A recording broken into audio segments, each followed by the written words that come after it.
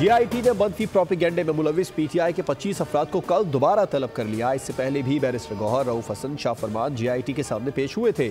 GIT ने 5 घंटे तफ्तीश की। GIT inspector general of police Islamabad की सरबराही में तहकीकात कर रही है।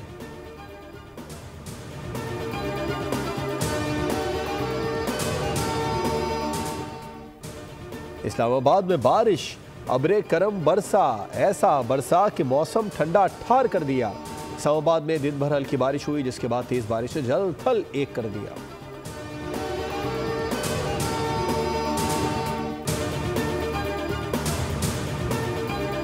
और शाम का बशार अल असद के हामियों के खिलाफ फौजी ऑपरेशन खत्म करने का ऐलान। मजबूत गढ़ लताकिया और तरतूस में खतरात खत्म हो गए। लड़ाई के दौरान हजारों लोग मारे गए। जुमेरात से जारी तशद्दुद में करीब 1500 अफराद मारे गए। दारुल हुकूमत दमिश्क में भी कशीदगी बरकरार। सिक्योरिटी दस्तों पर बम हमले।